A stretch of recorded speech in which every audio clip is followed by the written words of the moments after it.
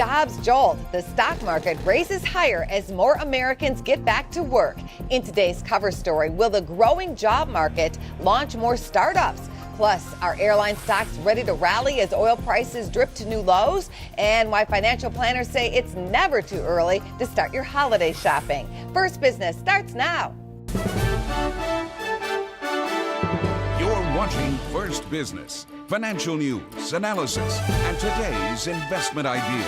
Good morning, I'm Angela Miles. It's Monday, October 6th. In today's First Look, the jump in jobs report. 248,000 jobs were added to payrolls last month, and the unemployment rate dipped to 5.9%. Both numbers exceeded Wall Street predictions. It also spurred a buying spree, with the Dow zipping 209 points higher, its biggest move in 2 months. The Nasdaq gained 46 and the S&P 22. Gold was slammed with sellers, falling $23, and oil $1.23. Earnings will be the next big thing for the market. Alcoa kicks it off on Wednesday, and new products are coming up from Tesla and Apple. The latest model from the electric car company could be revealed on Thursday, and Recode reports Apple may unveil new iPads October 16th. Time now for Trader Talk. Trent Wagner of the Fox Group joins us for the first time on the show. Welcome. Thanks for having me. Let's start with that classic V formation that's happening in the charts for the S&P 500. Is this a completely bullish sign here? I would say in combination with the jobs report on Friday, it's a very bullish sign. The chart formation itself, I actually like Thursday's price action last week as it relates to the market moving higher, strictly looking at the charts. If you look on that Thursday dayline chart, we saw that market really test lows underneath 1920 basis the front month contract. It really caught a bid there. It paired those losses throughout the session.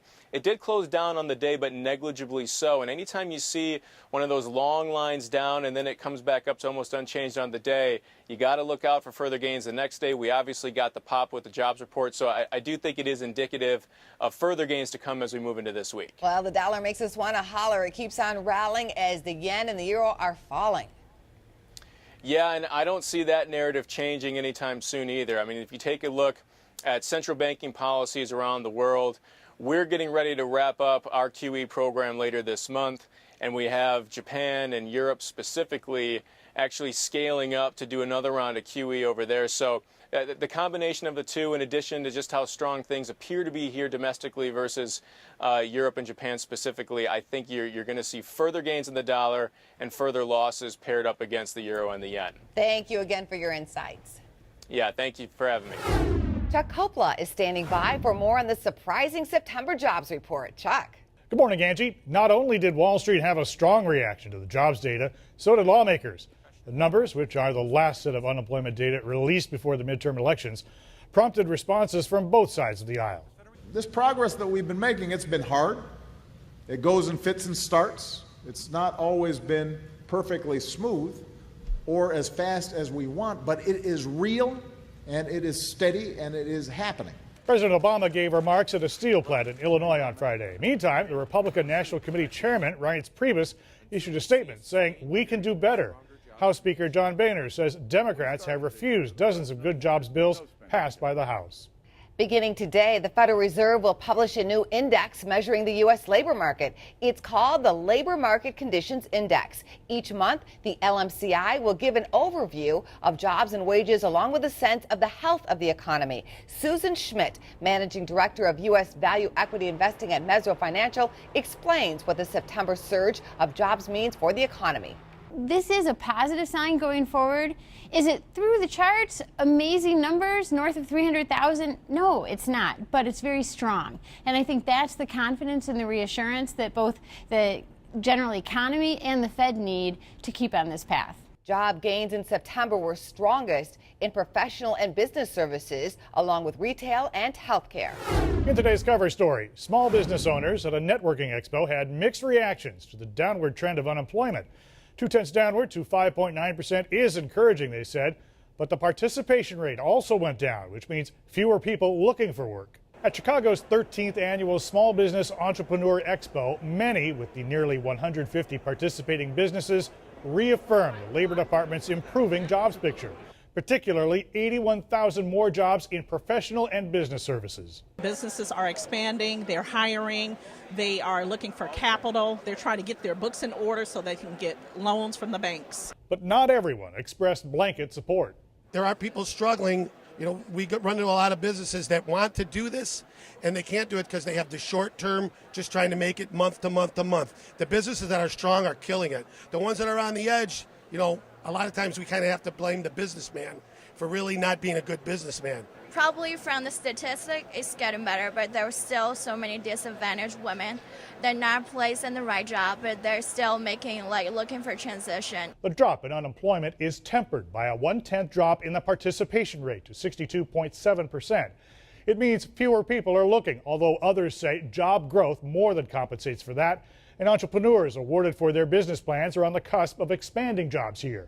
Among them, Sarah Doherty, whose business Telehealth Robotics uses a medical crowdfunding site, MedStarter, to expand patient access to doctors globally. We think that with the right technology solutions, we can better make use of the employment pool, right? So if people can provide their services in a better way through the use of technology, then that employment number is going to get higher and higher. And we think that with technologies like telehealth robotics, we can better make use of physicians' time, healthcare providers' time. And another business, Guard Llama, is about to distribute to colleges an emergency alert button for students to carry with them and press if they find themselves in danger.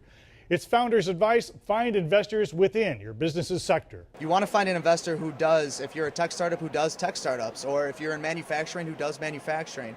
And when you find the guy that's right for you, call him up and say, hey, I'd be interested in just talking to you about my business. There are sources indicating wage growth in the near future. According to PNC Financial Services Group, nearly 2 out of 5 employers plan to increase compensation during the next 6 months.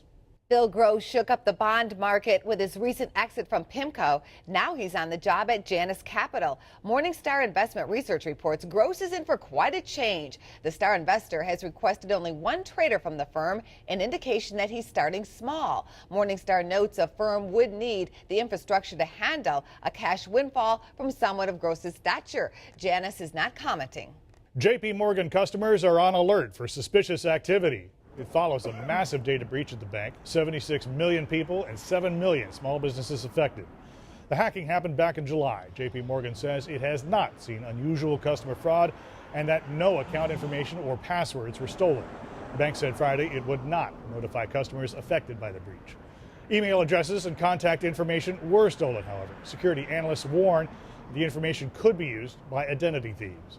Big investors in Fannie Mae and Freddie Mac want to go another round in court. Last week, a judge rejected claims that some of the profits made in the government's bailout of the mortgage agencies should go to investors and not solely to the U.S. Treasury. Perry Capital, one of the major investors in Fannie and Freddie, is appealing, saying the court's decision overlooks important points of law. Shares of Fannie Mae and Freddie Mac fell hard on the ruling but rebounded Friday. The former chair of the Federal Reserve is getting a hard lesson in housing. Ben Bernanke recently revealed at a Chicago conference that he has tried to refinance his home loan and was unsuccessful in doing so. Bernanke says he believes lenders may have gone too far on mortgage credit conditions. Turning to the Ebola scare. A patient with possible Ebola symptoms is hospitalized in Washington, D.C. Traders are gauging how a widespread outbreak of the deadly disease could affect the commodities market. Reports say the cocoa market is at risk, with more than 70% of the world's supply coming from West Africa. The region is also home to gold mines.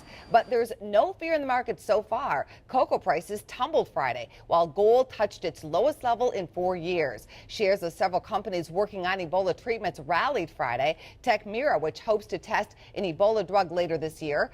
BioCryst Pharmaceuticals reported to have a vaccine in the works. And Sarepta, the company has enough doses of its Ebola drug to cover 100 patients. On Friday, the U.S. Health Department reported it has public health systems and providers to contain the spread of Ebola.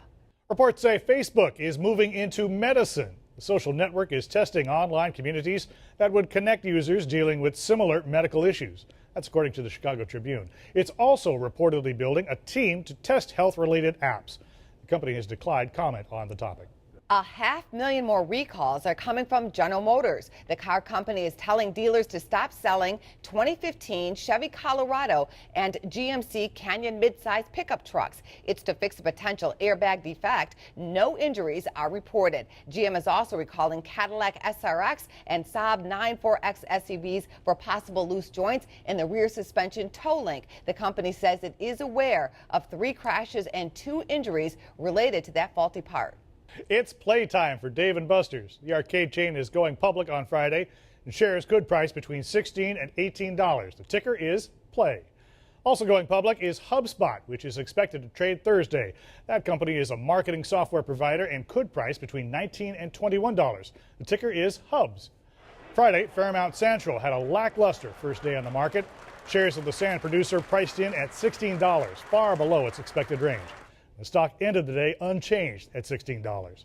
A popular Mexican restaurant chain will no longer nickel and dime customers. Qdoba Mexican Grill is dropping charges for guacamole and other extras. A side of guac previously cost customers at least $1.19 per serving. The restaurant chain estimates extras typically add about $2 to customers' bills. Qdoba says it's a huge turnoff, especially to the younger generation.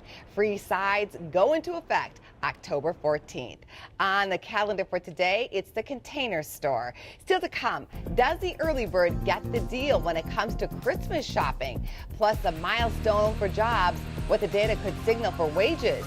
And the labor market and the housing markets are finally in sync. A look at the big picture after the break.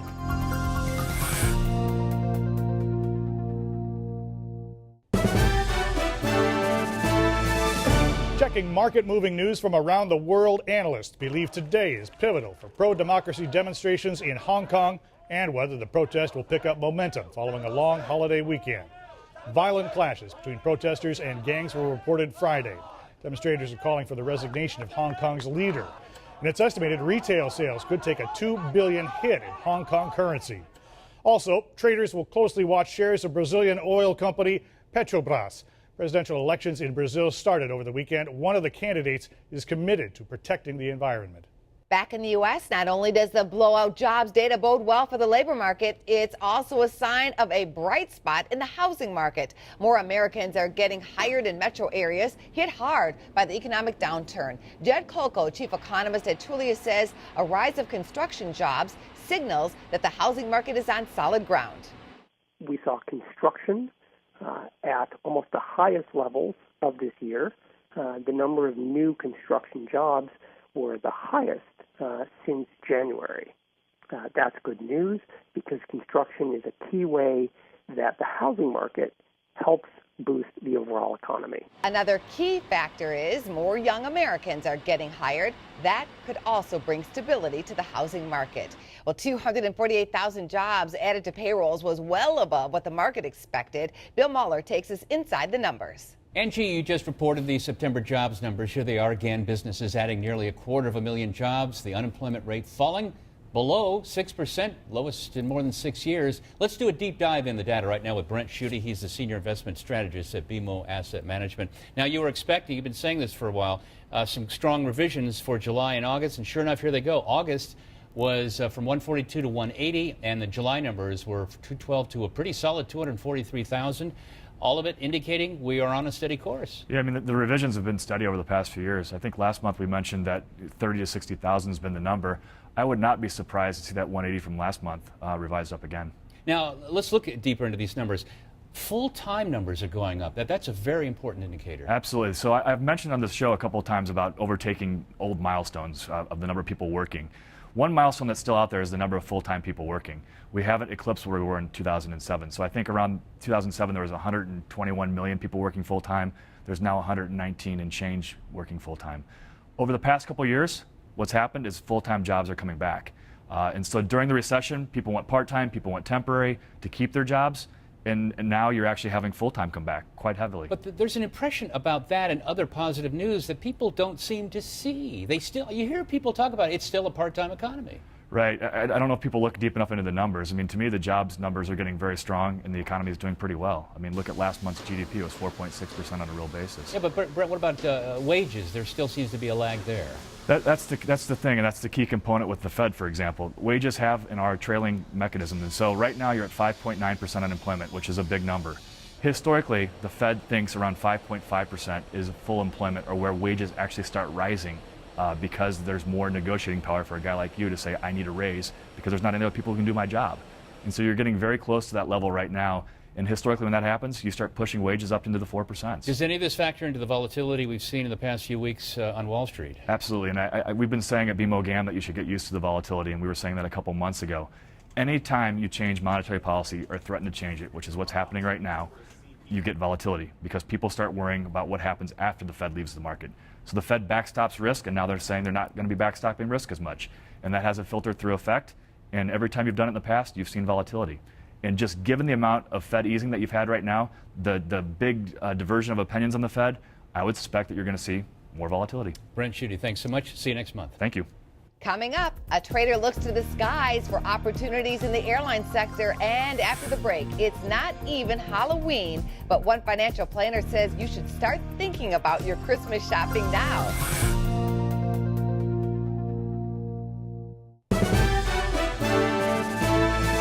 A hedge fund is giving Radio Shack investors new hope. Standard General, Radio Shack's largest single investor, is reportedly giving the electronics retailer $590 million in cash to get Radio Shack through the critical holiday season. Previously, the electronics retailer warned that it may have to file for bankruptcy.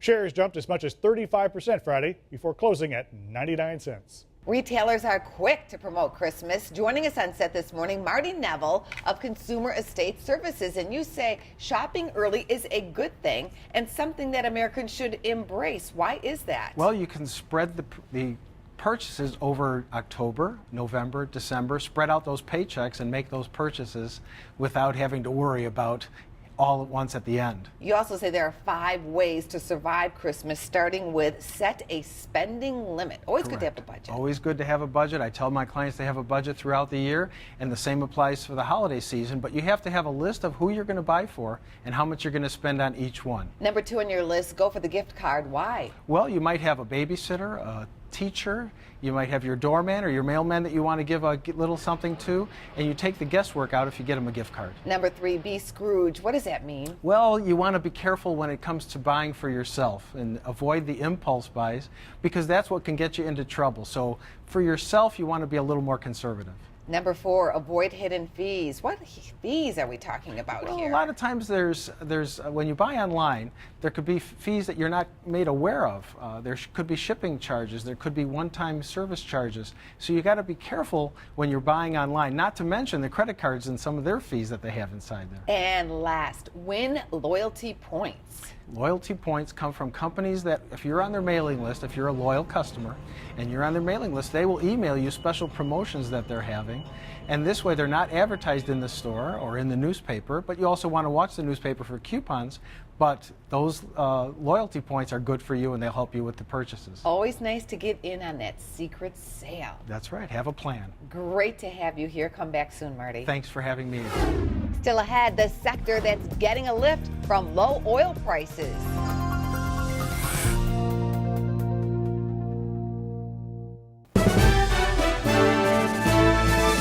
James Romali of KeenOnTheMarket.com joins us now for a Monday morning chart talk. Good morning to you. Good morning. Now, you're watching the airline sector, James, but it's also in connection with the Ebola outbreak as well as the economy. What do you see happening here in the charts? Right, so we saw a huge move lower across the sector throughout the first part of last week as a reported case of Ebola in Texas started to hit the headlines. And these stocks sold off very hard. I think this move was way overdone. And options traders did look at this and didn't quite buy it, as we saw small bullish bets starting to hit the tape as we got into the middle of last week. On Friday, we saw a huge recovery in these names as those headlines kind of faded from memory and buyers came back into the stock stock at these depressed levels. We saw big moves higher in DAL, UAL, and AAL, all of them moving over 4% on Friday's session, with more bullish options activity coming in on Friday into the close. Now, we know that there could be some more downside in these names if there are more cases reported. However, I think with crude oil falling, there's a lot going for these airlines right now, especially after being sold off so hard last week. I agree with the crude play for sure, but what about the economy? Because it tends to happen that the airlines go up when the economy is doing better. Well, hey, we had a really good jobs number on Friday. A lot of good data in that report if we really dive in and look at the numbers here. And we're about to see what corporate earnings are going to look like this week. So I really think that we're going to get a better look at where the economy stands right now, and I'm relatively bullish. Good to have you on the show. Thanks for that, James. Good to be here. Okay. That's the end of our show for today. Coming up tomorrow, a whale of a dolphin tale, the backstory on money floating into the Florida aquarium that rescues dolphins, starring on the silver screen. From all of us at First Business, have a wonderful start to your week.